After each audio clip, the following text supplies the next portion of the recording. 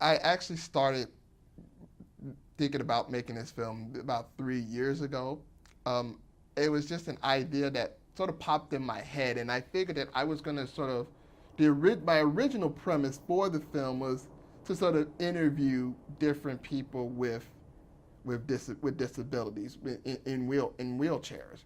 That was really the main purpose. Was just sort of doing sort of at the time, let's say at that time, I was really like a big Studs Terkel fan, and Studs, really had his books and his audio CDs that have like he interviews all of these different people, and that was sort of what I wanted to do. I was like, okay, well, this sounds like a good idea. Maybe I could chronicle the lives of people in wheelchairs across the city and just talk about their everyday lives, dealing with the CTA and dealing with transportation and sidewalks and all the issues that come with using a wheelchair. And that was sort of where it actually started. And I had introduced it to a friend of mine, and she thought it was great. She thought it was a really great idea. She was willing to help me with that project. But with being a DePaul student, time went on, it was in my mind, and as, time went on, I sort of, forgot about it, and it was just sort of in a little stack, it was a stack of papers on in my room, and I was like, okay, I was just dealing with everyday life. Well, about maybe a year or so ago, I was cleaning up, and I actually came across it, and I just sort of, it brought back memories of, okay, wow, I was really wanting to do this. What happened? Why did I actually stop?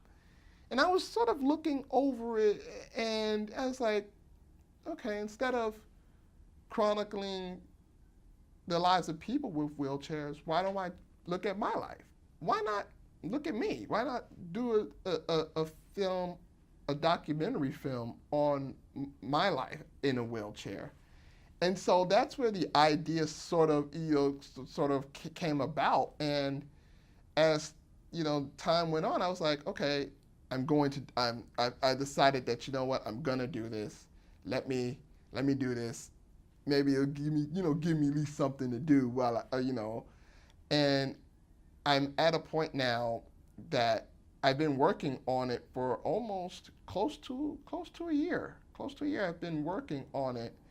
And it's just one of the best things that I've done, because I didn't know originally when I first started where this was going to lead me, or how I was going to present myself to a worldwide audience. So for me, it was, okay, I have to really think about, how am I going to present myself to people? How am I actually going to use the camera to maneuver? And as I started working, I I found a basically innovative way to use the camera, to shoot, to get my footage.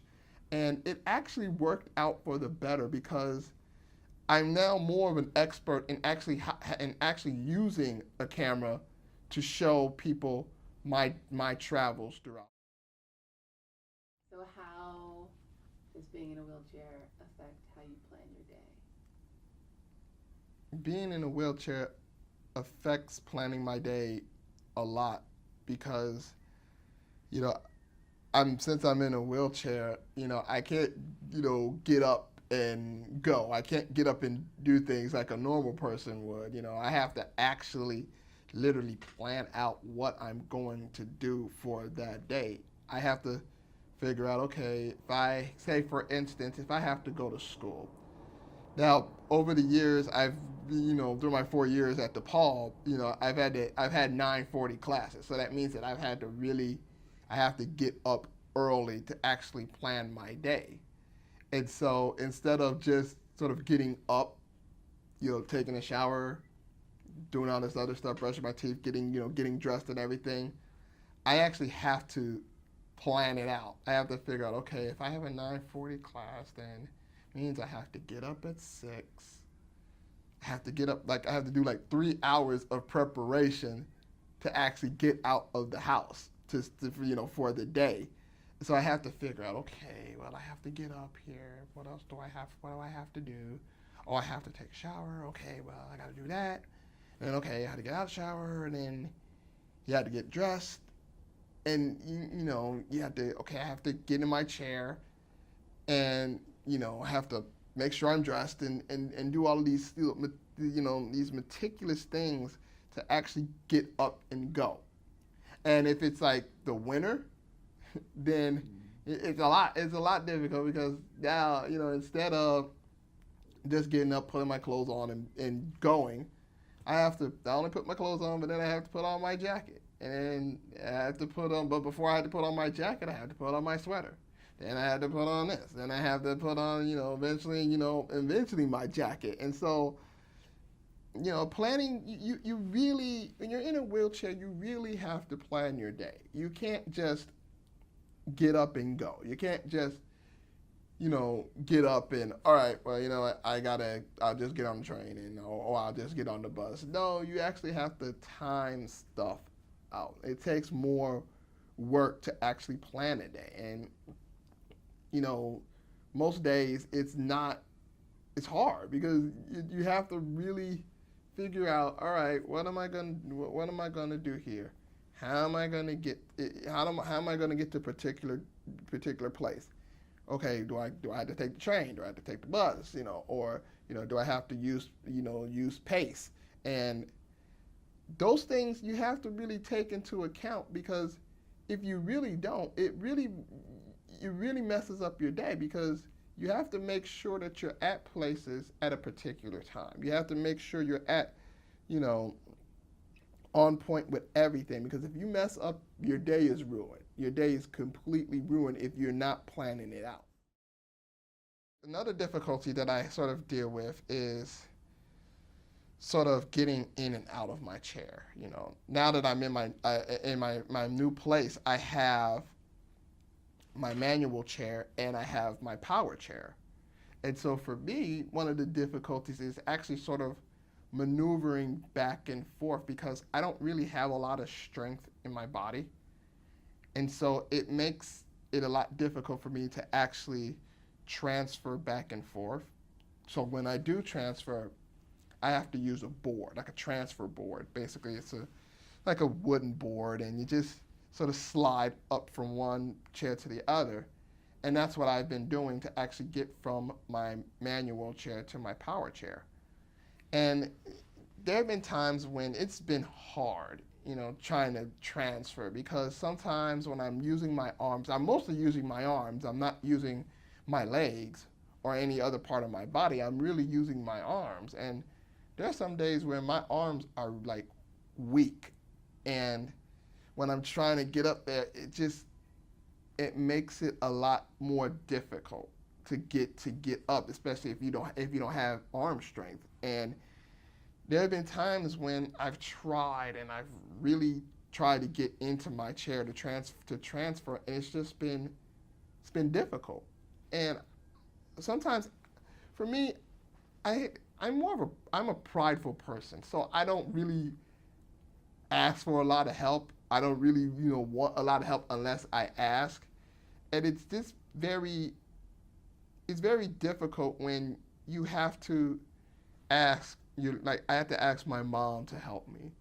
I don't I don't like doing that because it just to me I want to show people or show my mom that I can actually get into my chair with no difficulty. But there are times when I do need her help, and it's embarrassing because I don't want her to help me. I just want to be able to do it on my own. Dealing with transferring, I also have like an issue when I transfer from my power chair to my manual chair, and something sort of happened actually yesterday where I actually needed the paramedics to actually come and help me. I was sort of transferring from my power chair down to my manual chair. And the chair that I have, my new power chair, I've had it for like a few weeks now, so I'm still sort of getting used to it. And I was sort of trying to transfer over from my power chair to my manual, and I kind of got stuck in between. And so this has happened before, where if I don't, it's like if I don't have my chair sort of lined up in a particular way, it screws up everything for me. Because if I make one mistake, I could easily fall over. And I fell, a few weeks ago, and it was just really just insane. But when I felt myself about to fall, I knew that I was in trouble. So what I had to do is I had to call I have a lifeline, and what it is basically if I'm in trouble, I have a button that I can sort of press and have an operator, and if you need any help, they'll help you. And I don't personally like using it, but I have it either way. So I pressed the button and I called them, and I got the paramedics came. One of the good things about living where I live, the paramedics are not too far, so they can get to my place, and they can get there at a quick amount of time. And so for me, I had to call my lifeline. I had to wait for the paramedics to show up, and it's just it's embarrassing for me to use it because I want I want to be independent. I want to be able to get into my chair without people helping me. I want to be able to transfer from my chairs without somebody helping me. So having the paramedics come and they're knocking on the door, then I have to yell that the security guard downstairs has the key, and they got in, and they got me over to my manual chair. But it was just like it was rough because I'm like, come on, every day I do this. Every day I transfer over, and I rarely have problems, and yet on this day I have to have a problem, and that's where the frustration comes in, because it's like, man, if I was walking, then I wouldn't have to worry about this. I wouldn't have to deal with trying to get in the chair and get out, and all of this is work. It's difficult work too, but it's hard. I've been in a wheelchair for about 11 years. So for me, I've had a lot of ups and downs, in, dealing with my disability and being in a wheelchair. But I could say that when I used to live on Ashland. It's like really far from where I live now. And when I lived there, we lived in a basement apartment. So that meant I had to, come down maybe flights of stairs just to get to my apartment. And when I first got my wheelchair, I got a manual wheelchair. When I first got it, it was difficult as hell because for me, I had to get out. And at that time where I lived, I couldn't get out like the front part of my apartment, so we had to get out the back. And for me, that was sort of, it was a mission because I would have to get out. Now, I had to do this. I lived there for like, on Ashland, like 15 years before, before I got my wheelchair. So for me, it was a new journey for me because I never used a wheelchair. And when I had to get out, my mom or my uncle at the time would help me. And there were like a flight of stairs. And what I would have to do is I would have to get out of my wheelchair. I would get out of my wheelchair to get on the steps. And then what I would have to do is actually lift myself up each step. We had it was like 4 or 5 steps. And I would have to literally lift myself up each flight of stairs to get to my chair. And then from there, my mom would actually have to help me get in. And I did this for about 5 years on an everyday basis. And for me, it was just hard because I would want to go out, but I really couldn't because I knew that I would have to go up these flights of stairs. I would have to do this it was a job. And I didn't like doing it because it was just difficult for me to actually get out. And recently, since I moved into my new place, I've had an opportunity. I can get out. It's one less difficulty I have to deal with, even though I still deal with a lot of difficulties. But that was one difficulty that I felt, man, it was just painstaking because I couldn't deal with it doing that, climbing upstairs, pushing myself up and trying to get in my chair. It was just a mess. I feel like Chicago, I really love this city. I've practically lived here my whole life, and to me, Chicago's is just an absolute beautiful city. There's so much to actually do in the city, and to me, it's very beautiful. And I've lived pretty much all across the city, so I know certain places where there's certain places where it's nice and it's all good, but then there's also certain places where you have to know where you're at. You can't just be on a certain corner at a certain time because stuff might happen. But overall, I think the city it's a wonderful place to be.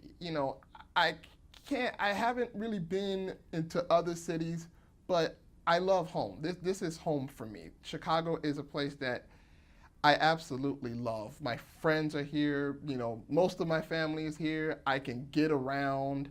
I'm comfortable with my surroundings, and it's just a wonderful place for me. And it's just a place that if anybody wants to visit, this is the place to be. Trust me. I like the parks. I like going to the park. I like seeing people, sort of interacting with one another. I love seeing the dogs, run around and everything. And I love just, sitting around and enjoying the space, just enjoying nature and, sitting and just being at peace with myself. That's one things I like about going to the park. It's just me, and I can just look around, and I'm just with me, and I'm in my own, sort of my own personal space, but it's one of those places where I can just relax and focus on certain things that are going on in my life. I also love going to the museums, especially the Museum of Contemporary Art. It's just a fantastic place to go. I actually did a project.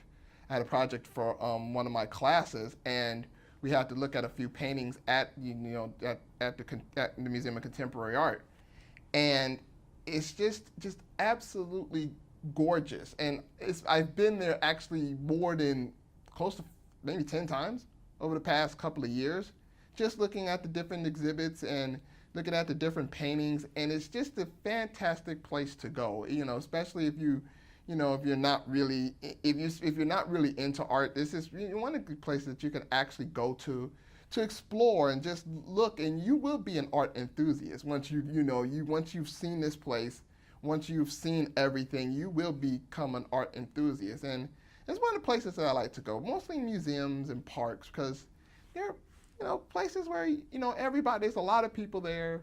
You can do a lot of things, and you could just actually be at peace with yourself. And that's what I really enjoy about going to these places. They're places where I can, of course, get to, not too hard to get to, but I feel like they're places that I'm comfortable being at, and I just love being in these cultural spaces. In terms of accessibility, I feel that Chicago is kind of one of the best in terms of dealing with accessibility compared to other cities.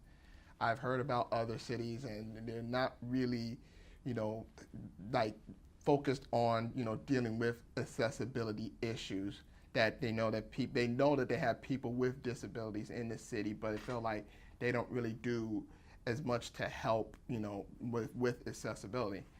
And I feel with Chicago that they really do a good job. They can do better, but overall I feel like they do a good job with making sure that transportation is accessible for people, making sure that people with disabilities can get around. And overall I think it's been pretty good from my point of view. I can't really speak for others, but I can actually say from my experience that it has been pretty fairly decent.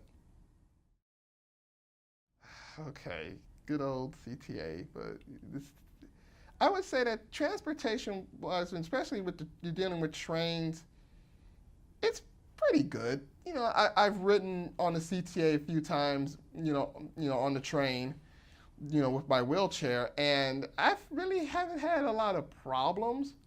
I live pretty much by the Brown line, so for me, there's certain times I won't ride it because I know there'll be a lot of people. So I sort of actually time when I, get to the station and, make sure I can get there at a right amount of time where I know, okay, train might not be as crowded. I can kind of get in, I don't have to deal with, the hustle and bustle of people coming, and getting on and off trains and everything.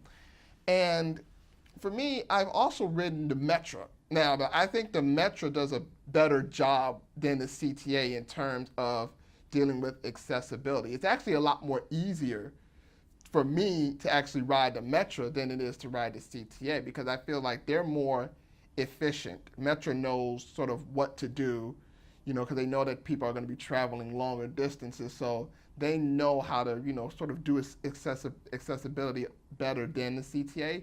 But I think overall, both do a good job, but I feel like Metro takes it a step further than what the CTA is. And the issue that I have with the CTA is that some of the places, that are accessible, sometimes the elevators don't work. And that could really be a problem, especially if you're going, downtown or, somewhere else. Something happened, I think, like a couple of weeks ago. I was working on a film, downtown, by DePaul's campus. And so I figured that I would get on the train. Something I had created this crazy morning, but I decided, okay, I'm down the street, I can get on the train, I can get around, to DePaul and, be there and be on time. Well, I get to the station and I find out that the library stop where I would normally get off, to get to DePaul, was actually, the elevators weren't working. And so later on I found out that they were doing construction. So all of like the Van Buren stops that are accessible, I had no access to, and also the Wells stops that, I can at least try to get to, and I know, my way around. I could figure I would get off at one of those stops, but I couldn't do that. So it was really sort of a hassle, because when you really need the service, and when you really need, the elevators, or when you need to get on the train, there's, you know, when they're doing construction, when the elevators are not working, it makes it a lot more difficult for you to actually plan your trips to get around the city. And I just think that in some instances, I think CTA needs to, be more courteous, or need to think more about people with disabilities when they're doing construction or when elevators don't work. As a man, being in a wheelchair has affected me. But then you take it to another level when I'm a black man. That, being a black man is one thing, but then being a black man and then being in a wheelchair, that makes it double. It makes it a lot harder because, you see black men, if you see them on TV, you see them in the media, they're viewed as athletic, they're viewed as, strong, they're tall, they're able to do things that a lot of other people can't. And so when you have me as a black man and being, and being in a wheelchair, it just sort of, it makes life difficult. Because when you're in a wheelchair, you can, when you're in a wheelchair, you can deal with stereotypes. You can deal with, discrimination, in terms of people, people with disabilities being mistreated. But then you add the black man thing, and that has a lot of problems within itself, and a lot of issues that you have to deal with, in itself. And so for me, being a black man and being in a wheelchair, I have to work harder. I have to work harder than I think that I normally would, because that there aren't that many jobs for people with disabilities. That education, is a lot, difficult, because I think people view, people with disabilities as being a little slow, as being this. So I have to deal with two things, two issues. I have to deal with two things that, a normal person probably wouldn't have to deal with. But when you're a black man and you're in a wheelchair, it makes life makes life a lot difficult. Negative standpoint, we're considered, maybe freaks. We're weak. We can't fend for ourselves. That we always need someone to take care of us. I think those are, typical, general stereotypes of people with disabilities. And I think really one of the positive, stereotypes is that with people with disabilities, we're always viewed as being inspirational. we're always viewed as these inspirational people. Like, oh my God, he got in his wheelchair. That is inspirational. I wish I could be just like you. And you're like, oh, oh my God, he actually moved in his wheelchair. He's an inspiration. I want to be just like you, Justin. And it's certain things like that that just drives you crazy, because it's like, I'm not an inspiration. Getting up out of bed is not considered, inspirational.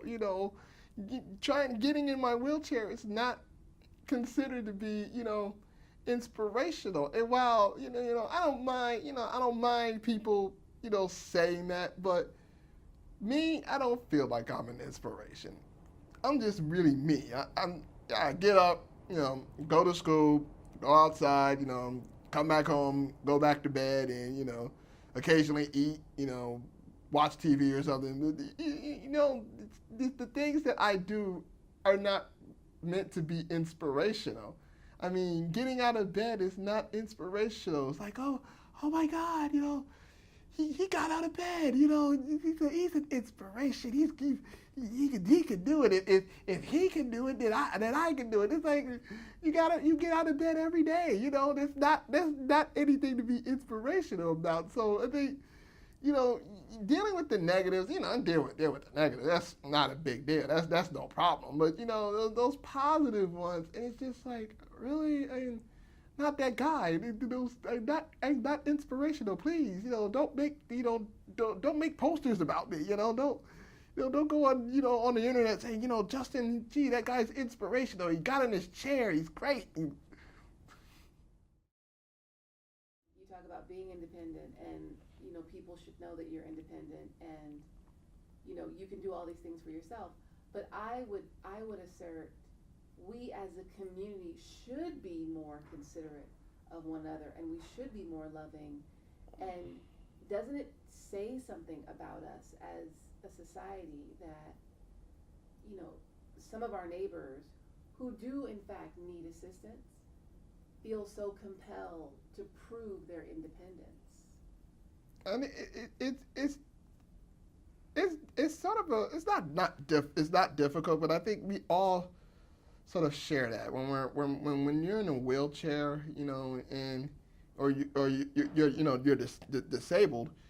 It's that independence is, I don't know what it is about that. I never really thought about, okay, I have to be independent, until like a couple of years ago, recently, where so for some reason I think that sense of independence is important. I think, well, don't get me wrong. I think we all appreciate help. We all appreciate if we need help, if we need assistance, but we also feel that if we want to be independent, and we want to be able to do things on our own without having to depend on other people, or without having to feel like people have to that we have to depend on people. For me, listen, I accept if I need help, I let people know, but I want to be independent. I want to be free. I want to be able to move around in my wheelchair without having to feel constraint, without having to feel like, okay, I need somebody to help me. I need somebody to do this. I want to be able to get around the city without assistance. I want to be able to, do things on my own without having to rely on someone else. I think it's not that we don't want help, but I think that we want to be independent